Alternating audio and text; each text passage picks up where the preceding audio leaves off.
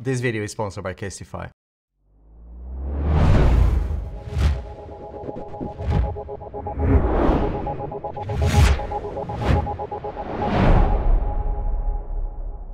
I think I managed to avoid every single YouTube review about this phone so far because I want to try and keep my opinion as unbiased as possible. I've been using the S22 Ultra here on and off last year, and more recently, since September, since launch really, I've been using the Fold 4 almost like as my main device. Incredible device, right? I also use the iPhone 14 Pro Max for my business, syncing with my Apple Watch, and also for recording 4K videos, like this one. Why am I telling all of this? Because hopefully you get that I just love tech in general, but I have no allegiance to any particular brand. And although I didn't watch any reviews, I did hear about the shutter lag, mainly from people on social media, but more on that later. Right, I want to address the elephant in the room, first of all with this design, right? I was really happy with the performance out of the box. It's been really smooth. Something that for me is quite new. My previous two Ultras have had the Exynos chip, so they were quite slow to start with. The S22 Ultra got better, after third or fourth update, but the S23 Ultra has been fantastic out of the box. On the other hand, there was no excitement really, right? Getting this phone, which is a premium phone really, didn't feel that special. It felt very unusual for a Samsung device not to have that excitement factor that I get normally, because they always bring some innovation that is not out there. So this is kind of a refinement, but that excitement factor just wasn't there. It's almost like I'm chasing that high, I mean, just look at this thing. This was an absolute beauty, right? The reason I kept it is because I can't get rid of it. But that feeling quickly changed when I started to use this phone. Honestly, I enjoy Apple products and I use them daily, but we have to give credit to Samsung here. Talking straight about the design, right? I'm having to eat a little bit of a humble pie here because, and I hope you understand this, the S22 Ultra just didn't do it for me. I know it's a beautiful device too. It's fairly similar to this one, right? And in fairness to me, in the last year, I did try several times to get on with it, but it was one of those devices for me, It's the Exynos version, to be fair, and there was nothing special in it.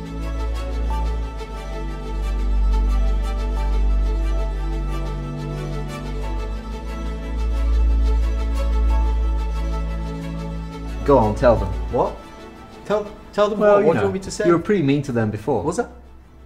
Okay. Well, it's early days, but it's actually an impressive device. Attaboy. See, that wasn't so hard. But I didn't hear, was that an apology? I didn't hear you say... I'm sorry. I'm sorry, Good. Okay? Alright. Perfect. I am sorry. Let me clarify something else, which is doing these reviews, I get to spend a lot of cash on stuff that you don't need. No, that's not what I was going to say. I get to try lots of different phones. So with the 14 Pro Max, the Pixels and the Fold 4, I was having a much better experience than my S22 Ultra. So I'm seeing this S23 Ultra as an opportunity to kind of reignite my love for the Ultras. I want to give this a real chance and see if all those refinements will be enough to make this more present in my day-to-day life. As you can see here, on paper, these phones are so refined now, right? The improvements will only be noticeable if you're coming from a much older device, or maybe like me, you've had enough of Apple. Another case is you just enjoy watching tech videos, even if you don't particularly want this phone. And if that's you, I hope the visuals here don't disappoint you. I have to reiterate though, that I do respect that there are some of you who will actually benefit from these minor improvements here, and I'll show you some examples of those improvements here in this video. This display on the S23 Ultra is really the first thing that really caught my eye. As I said, I avoided all the reviews so far, so I have no idea what everyone else is saying, but to me, this is a much more ergonomic feel. That tiny little change on the edges here, I'm not just saying this because it's a brand new phone and I want to say positive things about it. I'm genuinely happy with this. It's a minor change, but I can already tell that it's going to make a big difference for me. I don't know what it is, but it's kind of making the phone feel a bit lighter as well to hold to, it's very odd, but in a good way. I really think this is a positive change. I know I've been very vocal about the design and I still stand by it, right? I do still think that Samsung of all brands could have been a bit more adventurous with the design, but in practical terms, what they've done here, this tiny improvement for me, is a huge deal from my perspective. Especially in the evenings when I'm relaxing, trying to catch up with my socials. I don't have a TikTok, but I spend a lot of time on Twitter and Instagram. And shout out to all my followers here, getting involved in this video as well. After a long day at work, it's nice to wind down, and I rarely pick the iPhone for that purpose because it's just awkward to hold. It's usually the Fold 4 that I pick up, or the Pixel 7 Pro. I love the sharpness of the images that we get usually with Samsung devices. There's something about this display that makes it very crispy. This could be like a placebo effect, right? Or maybe it's, because I'm trying to justify the purchase. Or maybe it's just the fact that there's not a lot of distractions on the screen. This display is so clean that makes it very pleasing to the eye. By default, the resolution is set to FHD+, but I always change it to WQHD+. Yes, it will consume more battery, but it's just higher res. I want to use my tech to its full potential. Before I forget, this looks like fun. YouTube is really hard, especially for a channel like this. I'm doing pretty much everything myself still, growing this channel whilst, kind of doing this in my lunch hour and after hours. If you're enjoying this video, it would be awesome if you gave it a thumbs up. You might think that it doesn't help, but it really does. And after this video, have a look on the channel. If you like my stuff, it would be awesome if you subscribe. I'm here at least once a week with a new down-to-earth tech video for you. I don't actually write on the phone so much, so even on the Fold 4, which has a bigger screen, I don't even have the S Pen for that, to be honest. But if you like using the S Pen, this screen is so much nicer to write on. But maybe this is your first S23 Ultra and you like the idea of using the pen on the phone. The experience is really nice. One thing that you will notice straight away is how soft the S Pen is to write with in comparison with, say, the Apple Pencil. I have the Type SA Ultra here, which I use a lot for drawing and my work outside of YouTube, and it's the same sort of feel, right? Very soft, very satisfying to write with. Now, the one thing that really worries me about Samsung display is the durability. Last year when I got my S22 Ultra out of the box, it wasn't long until I dropped it. It was my own fault, to be honest, but it fell very awkwardly, hitting some of my filming equipment on the floor. It was on carpet, but it didn't take much for the display to get absolutely destroyed.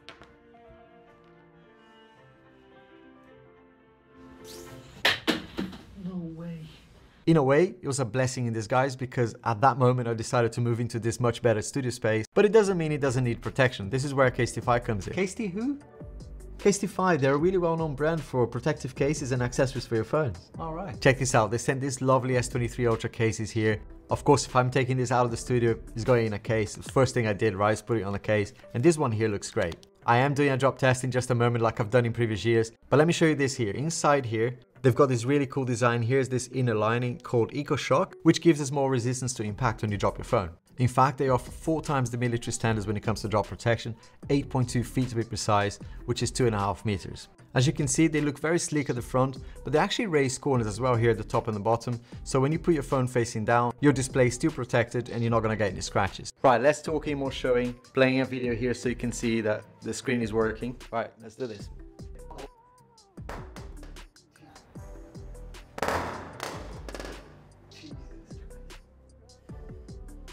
Okay. Video still playing. And it's absolutely fine. Take the case out to make sure there's no damage. They're working absolutely fine. Not a single scratch, nothing. Protection all around the device. Casetify do an awesome job of that, but my favorite thing about Casetify is their customization. They literally have thousands of prints for you to choose from. You can customize the cases on the website, which is super fun to do. And every now and then they'll bring a fresh collab with an artist, so we're always getting new drops, which is really cool. I've been doing this for a few years now and I know how hard it is to combine protection with sleekness, and I think Casetify really achieved that. Casetify cases are made from 65% recycled and plant-based materials, and I know we're talking about buying more plastic and electronic devices, but it's really nice to know that they're paying attention to that sustainability aspect. The best part though, Casetify are giving you, all my viewers, 15% discount. Just go to casetify.com/AlexG today to get your 15% off your order. And thanks again Casetify for sponsoring this video. Now when it comes to the camera, there are many things that I want to try here and in my future videos as well. But the main thing that I personally have been looking forward to the most is 4K video recording. For video recording, if I'm not using my main camera like this one here, I've only used the iPhone 14 Pro Max and all the iPhones before that really for video. Up until now, I haven't tried the Sony Xperios, for example, because I think they probably are good enough, but no other mainstream sort of flagship phones have been good enough or as good as the iPhone for video. The Ultras and the Fold 4 have been impressive for video, but honestly when I'm in a rush and I need a quick like 10-15 seconds recording for a clip, I'll just pick up the iPhone with 100% confidence that it will generate a decent bit of footage. I did a couple of tests myself as soon as I got it out of the box, but as you can see and hear here, the quality on the S22 Ultra has improved dramatically. Is it better than the iPhone for videos now? Honestly, and I've used iPhones for a lot of videos, but at first glance it looks very similar or better in some instances, but every now and then I do notice a bit of focus shifting, and depending on the lighting, some things don't hold as much detail. I mean, my face sometimes get a little bit too dark, but it's early days and I need to kind of get used to using it. But it's hugely impressive how much is improved in comparison with the previous models. I'd go as far as saying that I have no problems now using the S23 Ultra for videos whenever I don't have my main camera with me. I mean, like this footage you're watching right now, I'm moving around, the background is shifting quite a bit, the light is shifting, if I turn sort of towards the sun, you can see, right, it's doing a fantastic job kind of adjusting itself. The audio quality is like mind-blowing from where it was to what it is now. And I have to say, right, I'm a fairly difficult customer in comparison with most users of this phone when it comes to video, because I use it on a daily basis. So in some cases you might think that I'm nitpicking, but that's because I really rely on this feature. But if I'm really honest, come on, look at this footage, right? It's beautiful quality. This audio that you're hearing right now is not treated or processed afterwards, so it could get even better if you treat it in post-production or for like a short movie like Samsung showed in their ads. But if you're using this for vlogs or like, you know, Teams meetings and things like that, the audio quality, as you can hear, it's pretty good. I mean, it's more than good enough. And this here is the audio quality recording from the selfie camera, which is always tricky to look at this camera rather at the middle of the phone. But, you know, I just thought I'd try this as well. I think he's using the same mic. Correct if I'm wrong here in the comments, but yeah, this is the quality recording from a selfie camera instead of the main camera. And now we're back to the main camera, just so you see if there's any difference. I haven't, you know, this is literally the same minute I recorded the selfie one. And since we're on the subject of audio recording, I thought I'd call somebody and use the phone as a phone, because, you know, on YouTube, I don't know what it is, but YouTubers kind of forget that we need to make phone calls every now and then, you know. Turning Wi-Fi off as well. I don't want to do Wi-Fi calling, just want to test the actual call quality on the phone. Hey David, how you doing? Good afternoon.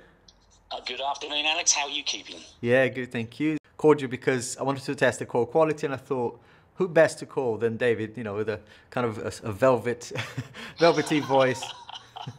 I'll do it for you for free without the compliments, honestly.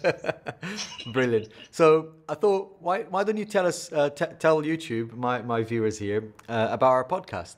Yeah, so we've started doing a podcast together now. Every episode is going to be you and I chatting to other creators, and it's called Minus 16. It's got its own channel on YouTube, and you can find the last episode that went up last weekend. We had Michael Soldad on with us from the States. Fantastic He's a episode. Brilliant guest. Yeah. There's so much content in there. If you're interested in YouTube and setting up a channel, there's so much content, great stuff to listen to. And it's also available, of course, as an audio on Spotify and Apple Podcasts as well.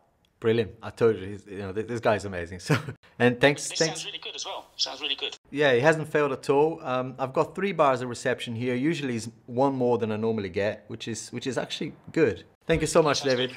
Okay, that's great to hear from you. Cheers, mate. Bye.